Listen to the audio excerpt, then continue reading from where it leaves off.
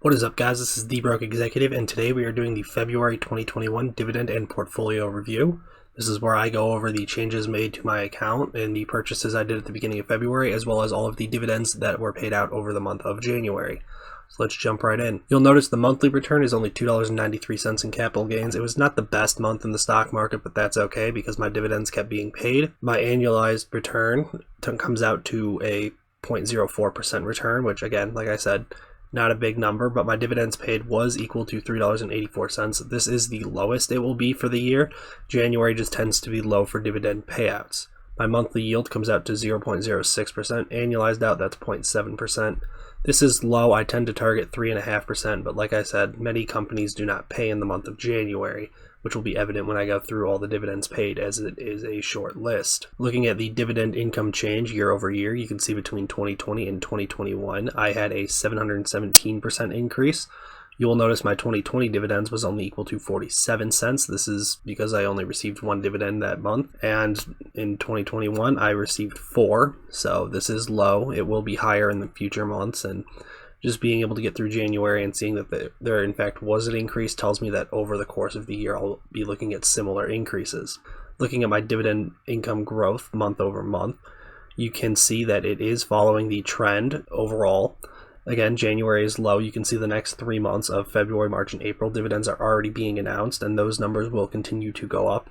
And I actually received an email saying that there was another dividend announced for the month of February, so that number is about $1 higher. However, overall, it's very in line with what I was expecting and will continue to go up as I expected. You will notice the month of May, which I have mentioned before, that was a special dividend. That's not something I was necessarily targeting. I just happened to own the right company at the right time and got lucky there. Other than that, it does follow the overall trend line, and I should be earning 4 to 5 months that clear that $20 mark, which will be huge for this account as it's a very small account, and being able to see that money coming in makes a huge difference. My February purchases, I purchased 2 different companies. Both are within my telecom sector. I did mention this before in my most recent video. I ended up buying Verizon and AT&T. For Verizon, I bought 2 shares at an average cost of $57.17, bringing the total cost to $110.34. Verizon's dividend yield is 4.58%, and it pays out $2.51 per share. Having 4 shares now, every time they do pay a dividend, I will be seeing that $2.51 paid out, which is very exciting for me. And their dividend is not growing that quickly. However, seeing that they're already paying a 4.5% dividend yield, it's not expected that the dividend is growing that quickly. So seeing a 2.2% dividend growth over the past 5 years is perfectly acceptable. You'll notice a similar number on AT&T's part. My total Verizon share count is now up to 4 shares, and it's right around 5% of my portfolio. This is right around the max I'd like any of my positions to sit at.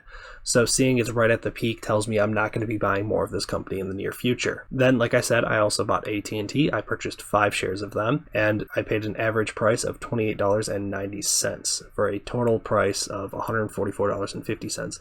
AT&T has a much higher dividend yield at 7.3% and a yearly income of $2.08 per share. I now have 12 total shares of this company, so I will be receiving some fairly large dividend payouts. They actually paid on the first of the month, this month, so I will not be realizing this dividend increase from buying new shares for another 3 months, but that's okay because I'm not looking to make an immediate profit on this. I'm looking for that long-term dividend payment, so having to wait 3 months, not a huge deal for me. Like I said, AT&T's dividend yield is only growing at about 2% over the past 5 years. And very similar to Verizon, my portfolio weighting of this company is now at 5.13%. One big difference between AT&T and Verizon is AT&T owns HBO and HBO Max, so they do have that streaming platform and that streaming side business within their company. And that's something that I'm really excited for and looking forward to, especially with them doing the dual releases where any HBO and Warner Brothers movie goes to the theater as well as it is released on HBO Max, and it's available for free for a 1-month period. That's something very exciting. I'm happy to see that. It should drive a lot of people to be buying HBO Max and holding on to it over the course of at least this year, and seeing that this is kind of an experimental phase. There is a thought and a hope that this will stick around. and this means that many people will be wanting to continue to be subscribed to HBO Max, and that could help drive profits for AT&T. So this is something great to see within a company I own. Moving on to January dividends, like I said, this is a very short list, so you won't have to bear with me for too long on this one, but again, it's just the month of January. It's how it tends to be. So starting on January 7th, I received a dividend from PepsiCo. This is exactly the company you think it is. They make Pepsi and all the products and everything associated with that brand. I currently only own one share, so I received $1.02 for that one share. Then on the 15th, I had my 2 real estate companies that pay out monthly give me their dividends. So I received 96 cents from Stag Industrial, and I received $1.41 from Realty Income. I talk about this one all the time. It is a staple in many dividend portfolios because of that consistent payout, and they do pay in January, which helps compared to some companies, which again, not a huge deal. I did mention in my previous portfolio update, some companies did in fact pay twice, so it's not like I was really missing that money. It was just paid at a different time. Then my final dividend payment was on the 31st, the last day of the month, from SPHD, and I received 45 cents from them. This is that dividend ETF that I've talked about many times before, and I have not purchased more into this company. However, looking into the future, and likely in the relatively short-term future, when I do receive my tax return, if there is any actual return, I will likely be putting some of that money into this company just to increase my dividend payments. That way I don't have to use up my monthly allotment on what companies I'm buying if I'm buying ETFs. It's a little more passive, and it's out of the ordinary that I end up spending that money anyway. So just being able to kind of cushion my portfolio and buy into this company a little more without having to use my monthly allotment would be huge. So that really makes up the majority of everything I got paid and everything else going on in this account. Next month, I will be buying into real estate again. This is something I've done fairly recently. However, I'd like to increase my real estate holdings, and I'm actually going to be adding in a new company, so be sure to be watching out for that. I might name drop it or reference it or post about it on my Instagram page in the future, so make sure you're following me there. That way you can see a little bit of a quick teaser to what company I will be buying. Other than that, just some overall portfolio ideas, goals, and things I'm looking forward to for the rest of this calendar year, seeing that we're already into the second month. I'm trying to get this portfolio up as close to $10,000 as possible throughout the course of the year. This should be theoretically possible with my $250 a month monthly contribution, and I shouldn't need to be using my tax return in order to get that up. But if something like March happens, as you can see, it's that sharp decline on the left. If something like that happens, obviously my portfolio will not be able to get to 10,000. But in terms of money put in, I should be getting close to that dollar value.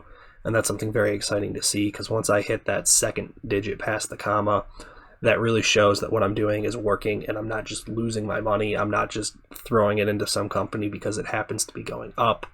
And that's something I really like to be seeing. Other than that, like I said, you can follow me on my Instagram. That is going to be plugged down in the description. You can also sign up for Webull. If you deposit $100, you can get 2 free stocks worth up to $1,600.